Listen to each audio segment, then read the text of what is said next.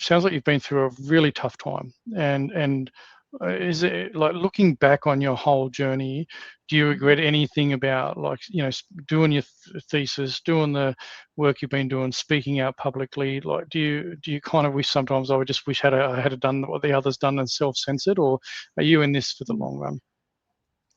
Well, honestly, Mark, it never occurred to me that for a long time, I thought I was naive as well. I thought, I was doing the right thing. This is the evidence we've got. Let's debate it. So by the time I realised how brave it was to be speaking up, as you know, through COVID, many of us lost our friends even more. But of course, I had started losing my friends, right in 2014 when, this medical doctor who has no expertise in public health or vaccinology or immunology, he was allowed to be anonymous and smear my name in the media with academic misconduct. Now, that did affect me. I was a teacher. I was known by a lot of people. I had lots of colleagues on the, and it's a sad journey. It is an incredibly sad journey. That was just one complaint that was put in at the university. I had to suffer at least 3 or 4 complaints by industry lobby groups that were allowed to harass students, obviously doing nothing wrong.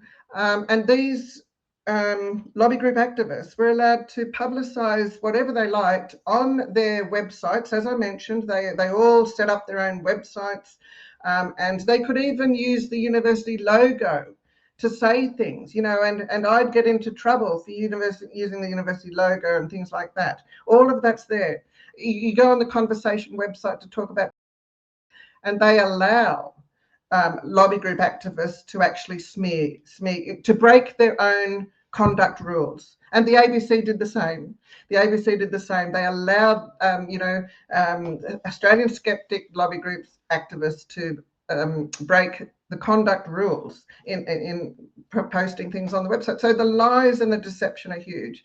It did have a huge impact on my family and my kids, who I wanted. Of course, we encouraged them to go to university, but why would you when you get treated like this? And sadly, they've seen a lot, only the smear in the media,